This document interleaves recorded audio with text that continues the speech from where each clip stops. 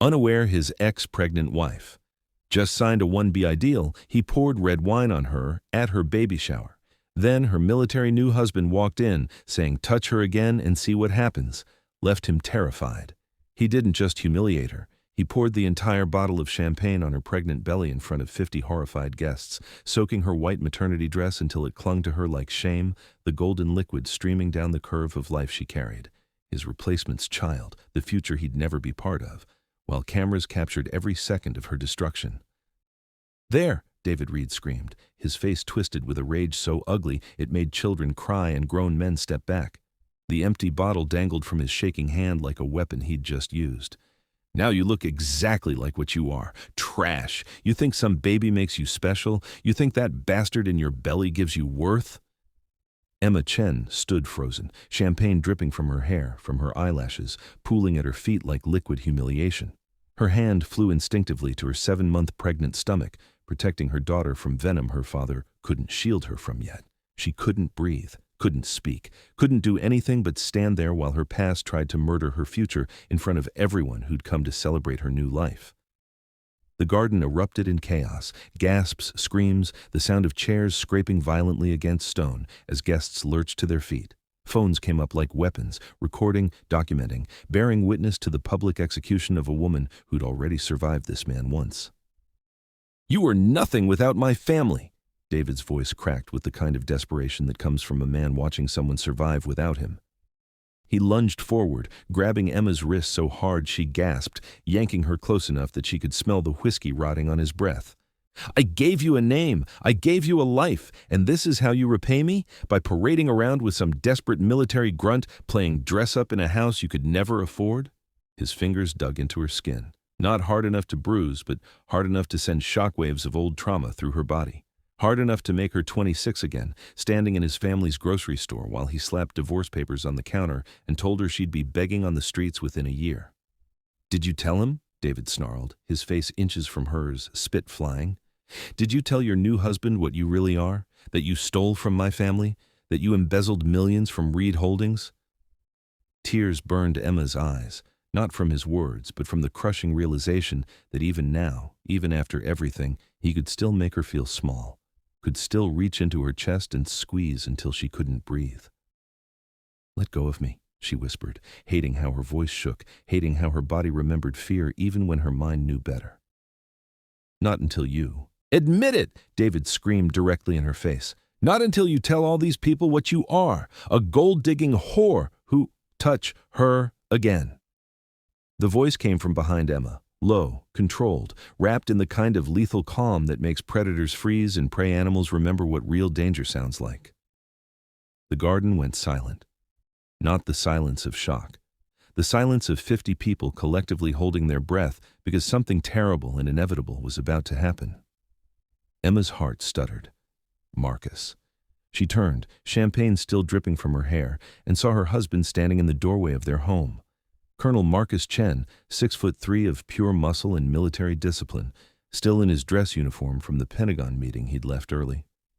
The afternoon sun caught the ribbons on his chest, Bronze Star, Purple Heart, Combat Action Badge, medals that told stories of classified operations and impossible odds and the kind of violence most people only saw in nightmares.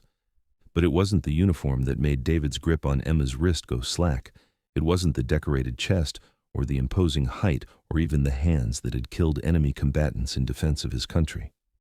It was his eyes, cold, focused, burning with the controlled fury of a man who'd survived things that broke other people, who'd made life and death decisions in the dark, who knew exactly how fragile the human body was and exactly how many ways it could be broken without leaving marks the cameras would catch. Marcus moved across the lawn with the predatory grace of a big cat, silent despite his size, each step measured with the precision of someone who'd hunted actual enemies through mountains and deserts, each breath controlled like he was lining up a shot. The crowd parted like the Red Sea before Moses, guests stumbling over themselves to get out of his path. He stopped 3 feet from David, close enough to strike, far enough to let the threat sink in like poison, far enough to let David's imagination fill in all the terrible blanks. Marcus's jaw was clenched so tight the muscle jumped, his hands, hands that had cradled Emma through nightmares about David, hands that had held her face while she cried about not being enough, hands that rested on her pregnant belly every night whispering promises to their daughter, were curled into fists at his sides.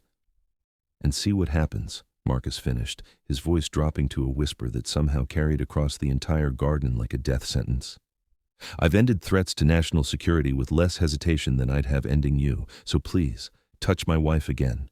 Give me a reason." David's face drained of all color, white, then green, then gray like a corpse preparing for burial. His hand, the one still gripping Emma's wrist, began to tremble so violently it was visible to everyone watching. The empty champagne bottle slipped from his other hand and hit the grass with a soft thud. That sounded like a gunshot in the terrible silence.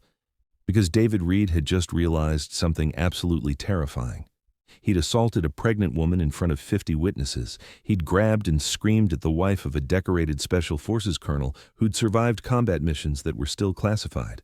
He'd humiliated a woman on camera, in public, at her own baby shower. And her husband, the man currently staring at him like he was calculating exactly which bones to break first, looked perfectly willing to demonstrate what happened when someone threatened his family. David started, his voice cracking like thin ice over deep water. "I didn't. She's lying. She stole from my family. She's just a billionaire," Marcus interrupted quietly. The world stopped spinning. Emma's breath caught. The guests murmured in confusion. David laughed, a broken, desperate, slightly hysterical sound that made him sound unhinged. "What? That's insane. She was a store clerk. She's nothing." Marcus pulled his phone from his pocket with the kind of deliberate calm that made David flinch like it was a loaded weapon. He tapped the screen once, twice, then held it up so everyone could see. On the screen, Emma's professional headshot appeared next to a headline in bold letters that seemed to glow in the afternoon sun. Emma Chen, CEO of Chen Defense Technologies, awarded largest Pentagon contract ever given to woman-owned firm. $1.2 billion deal will revolutionize military AI systems worldwide. David's mouth fell open. His eyes went glassy, unfocused, like he was trying to read words in a language that didn't make sense. His entire face collapsed like a building losing its foundation. The phone shook in Marcus's steady hand, not from fear, but from the sheer force of controlled rage he was channeling into keeping himself from doing what every instinct screamed at him to do. "She signed it this morning," Marcus said, his voice still controlled, still quiet, still wrapped in that terrifying calm. "At 9 a.m. The same morning you were sitting in your car outside our property, drinking cheap whiskey and working up the courage to crash her baby shower." Marcus took one deliberate step closer to David, and the temperature in the garden seemed to drop 10 degrees. "She's the mysterious investor who saved Reed's market from bankruptcy," he continued, each word landing like a hammer blow.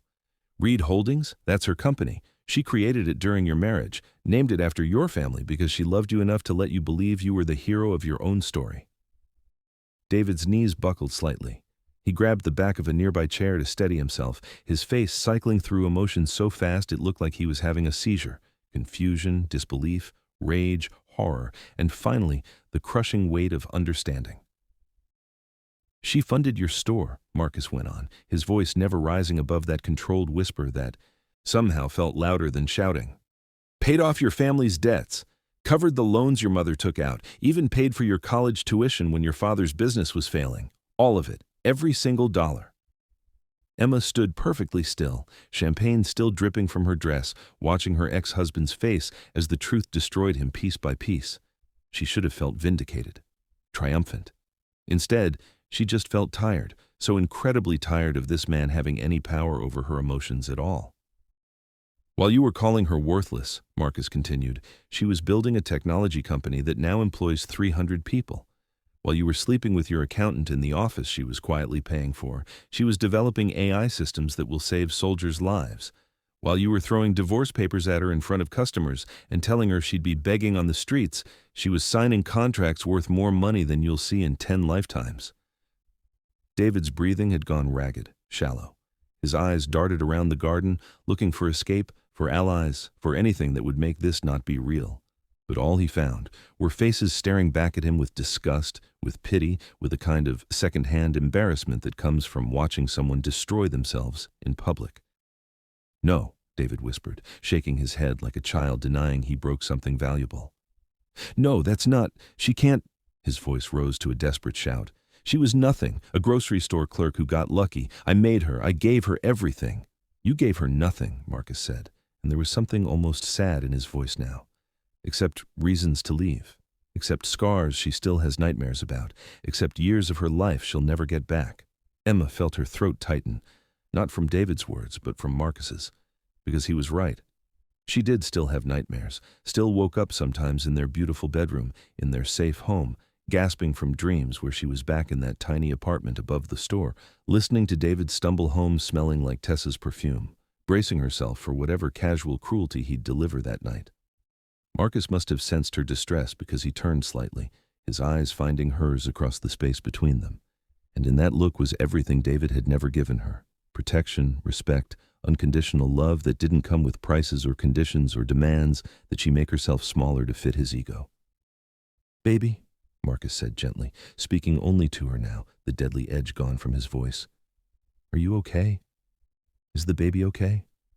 Emma nodded, one hand still protectively over her belly where their daughter had gone very still, as if even she could sense the danger in the garden. We're okay, she managed, her voice steadier than she expected. Marcus's shoulders relaxed fractionally. He pulled off his uniform jacket, the one with all those medals, all that proof of his valor, and crossed to Emma in 3 long strides. He wrapped it around her shoulders, covering the champagne-soaked dress, his hands lingering on her arms with infinite gentleness. I've got you, he murmured against her temple, so quietly only she could hear. I've got you, and I'm never letting go. Behind them, David made a sound like a wounded animal. Emma, he choked out, and there was something in his voice now that hadn't been there before. Genuine desperation, the beginning of real understanding.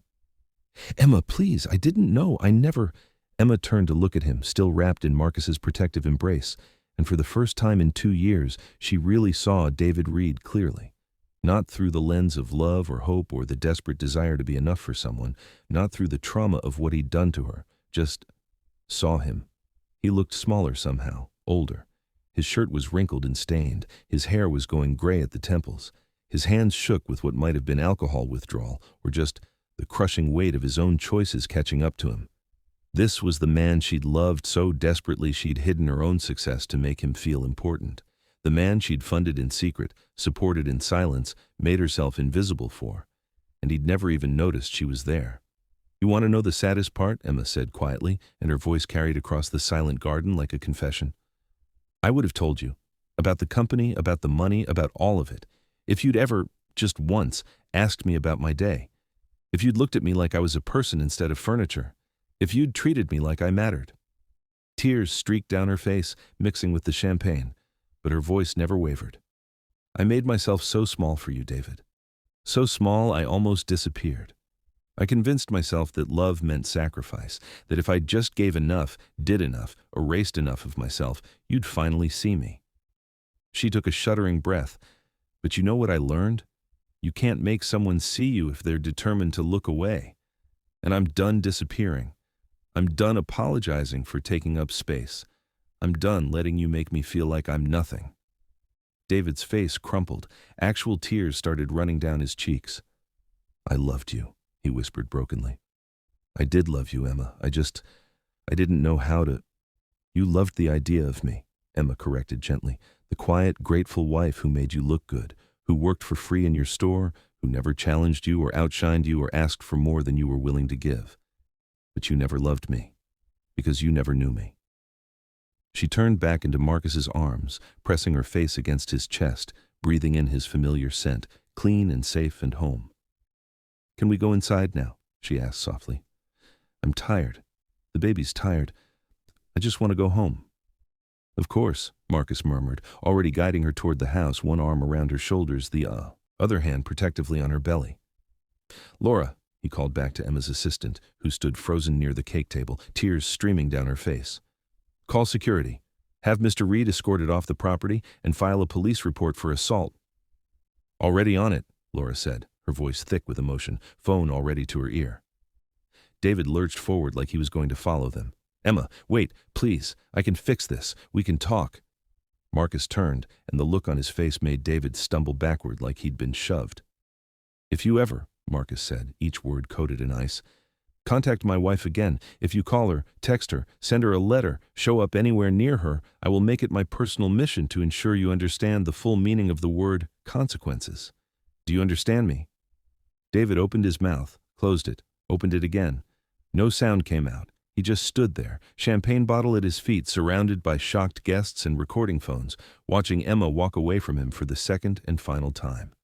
As Marcus and Emma reached the doorway, one of the guests, an older woman in military dress, started clapping. Slowly at first, then faster. Then another person joined, and another, until the entire garden erupted in applause, not for the drama, not for the revenge, for Emma, for surviving, for building something beautiful out of the ashes of what David had tried to destroy, for refusing to stay broken. Emma didn't look back. She just leaned into her husband's strength and let him carry her home. An hour later, Emma sat in their bedroom wrapped in Marcus's bathrobe, her hair still damp from the shower that had washed away the champagne, but couldn't quite wash away the memory. The white dress lay crumpled in the corner, ruined, stained, evidence of violence she'd need to give to the police. Marcus knelt in front of her, his large hands resting gently on her knees, his eyes searching her face with the kind of careful attention David had never once given her in 5 years of marriage. "Talk to me," Marcus said softly, his thumbs tracing small circles on her skin. "Are you really okay? Do we need to call the doctor? Check on the baby?" Emma placed her hand over his, feeling the warmth, the steadiness, the absolute safety of his touch. "She's moving," Emma whispered, guiding his hand to her belly where their daughter was doing somersaults like she was trying to reassure them both. "Feel that? She's strong, like her father." Marcus's eyes glistened with tears he refused to let fall. "Like her mother," he corrected fiercely. "Emma, what you did down there, standing up to him, telling your truth, that took more courage than anything I've ever done in combat." "I don't feel courageous," Emma admitted, her own tears finally spilling over now that they were alone, now that she didn't have to be strong in front of witnesses. "I feel stupid, for ever loving him, for wasting 5 years on someone who saw me as an accessory, for making myself so small I almost forgot who I was." She pressed her hand to her mouth, trying to hold back the sob building in her chest. "What if our daughter grows up and someone treats her that way? What if she doesn't know she deserves better? What if I can't protect her from men like David?" Marcus shifted, sitting beside her on the bed and pulling her into his arms with infinite gentleness. "Then she'll have a mother," he said, his voice rough with emotion, "who survived hell and built heaven. A mother who will teach her that her value doesn't come from what men think of her, that she can be brilliant and powerful and soft and vulnerable all at the same time. That walking away from people who diminish you isn't weakness, it's the bravest thing you can do." He pressed his hand against Emma's belly, feeling their daughter kick against his palm like she was agreeing with him. "She'll have you, Emma, and that means she'll grow up watching a woman who owns billion-dollar companies and still cries during sad movies, who revolutionizes military technology and still needs reassurance sometimes, who's strong enough to build empires and brave enough to ask for help when she needs it." Marcus tilted Emma's face up to meet his eyes. "She'll never doubt she's extraordinary, because she'll see it in you every single day. And if some idiot ever tries to make her feel small, she'll remember her mother standing in a champagne-soaked dress, telling her abuser exactly who she was, and she'll know she comes from warriors." Emma dissolved into tears then, the good kind, the healing kind, the kind that wash away poison and leave room for new growth. She cried for the girl she'd been at 18, sleeping on bus benches and believing she wasn't worth saving. For the woman at 26 who'd loved David so desperately she'd erased herself trying to earn his affection, for every moment she'd believed his lies about her worth. And she cried with gratitude for the man holding her now, who'd seen her brilliance before her beauty, who celebrated her success instead of feeling threatened by it, who protected her fiercely but never made her feel weak. "I love you," she whispered against his chest. "I love you so much it scares me sometimes." "Good," Marcus murmured, pressing his lips to her forehead. "Because I love you so much, I'd fight God himself if he tried to hurt you. You're it for me, Emma. You and this little girl. Everything else is just noise." They sat like that for a long time, wrapped in each other, feeling their daughter move between them like a promise of the future they were building together. Downstairs, they could hear Laura directing the catering staff, salvaging what was left of the baby shower, transforming it from a crime scene back into a celebration. Emma's phone buzzed on the nightstand. She almost didn't look, but Marcus reached for it, checking the screen to make sure it wasn't David trying to contact her again. "It's Laura," he said, showing her the message. "She says the video's already gone viral, 20 million views in 2 hours. The comments are," he scrolled, his eyebrows rising, "unanimously on your side. People are calling you a hero." Emma took the phone, reading the messages flooding in.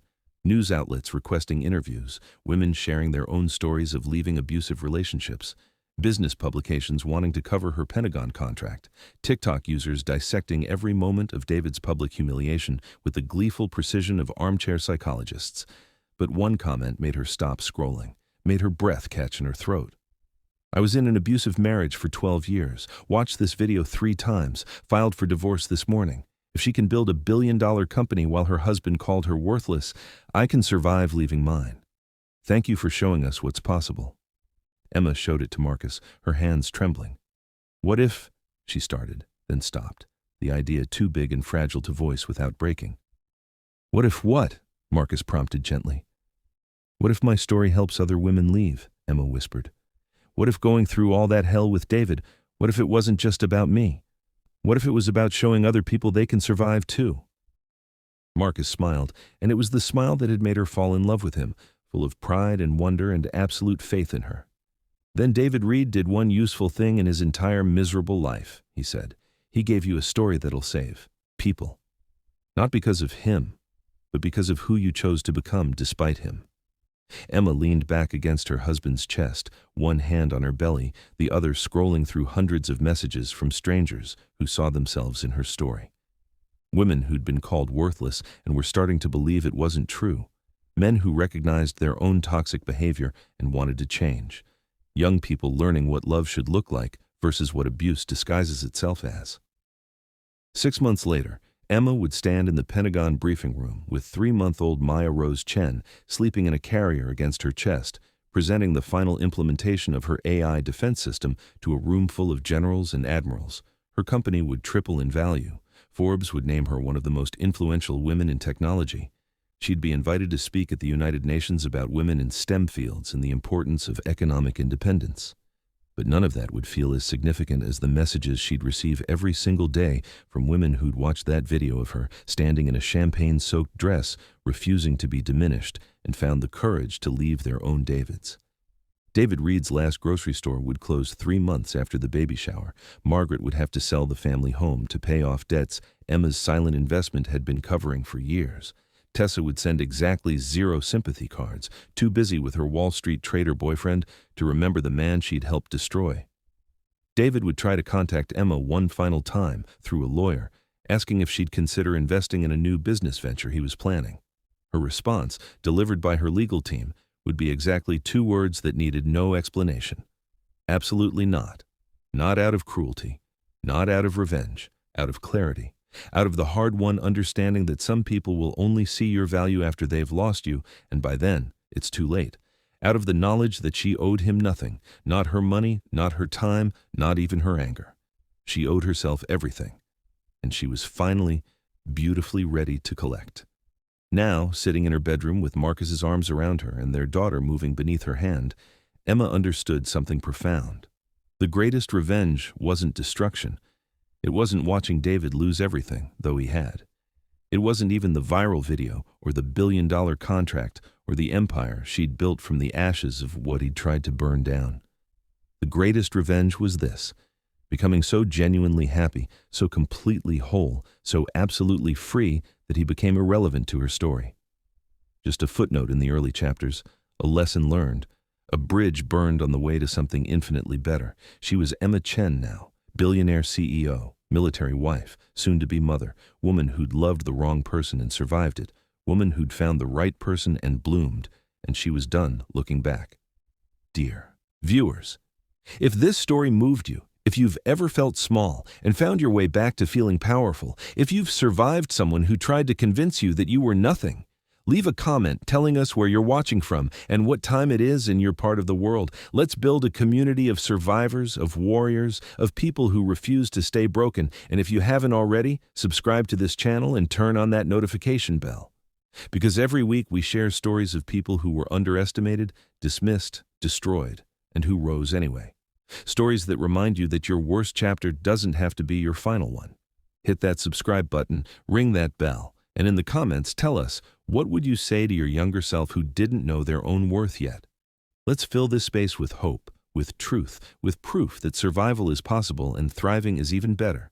Because you deserve to hear this. You are not what happened to you. You are what you chose to become despite it. Now, subscribe. Your future self will thank you.